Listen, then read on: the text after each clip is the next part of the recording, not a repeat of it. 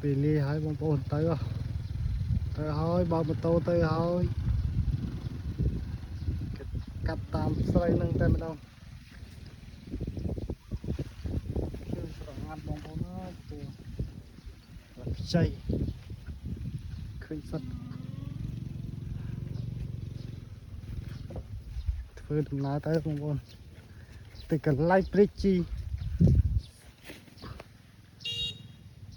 ទុកហើឡើង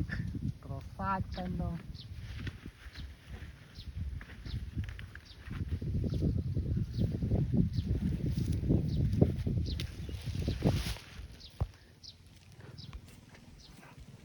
ខ្ញុំនេះបងកំពុងតែកាន់អីទៅបងគេហៅអីអានេះគេហៅអីបងប្អូនសុកតែសុកបងប្អូនគេហៅស្អីទេ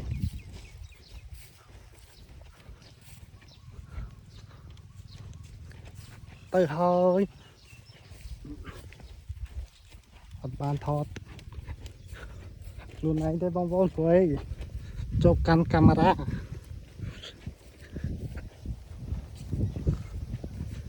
មានទឹកធ្លុកទឹកស្រែរីងអស់បងប្អូនអើយរីងអស់រលីងកុកទឹកហើពេញវាល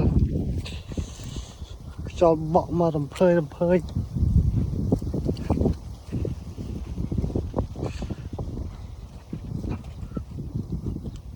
យ៉ាងត្រជាក់តែម្ដងបងប្អូនខេត្តនេះគឺថាខ្យល់បក់យ៉ាងស្រួលវិច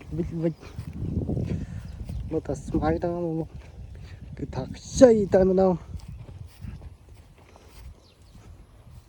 នៅស្រែមុខបងប្អូនបានដល់